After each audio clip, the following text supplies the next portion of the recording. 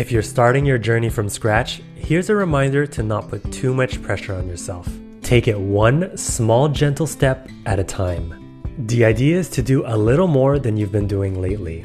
As you get stronger over the next few weeks and months, at that point, you can do a little more. You can raise the intensity and the volume and progress from there. You'll reach a level where you're happy and strong enough for everyday life, and a level that you could sustain for the rest of your life. That's the fitness journey. It's not going to happen tomorrow, so take your time. Be patient. Be gentle with yourself in the process, and one day, without even realizing it, you won't even be calling it a fitness journey anymore. It will just be, healthy living. Movement will become a part of your daily habits, and you won't even realize that you're actually working out.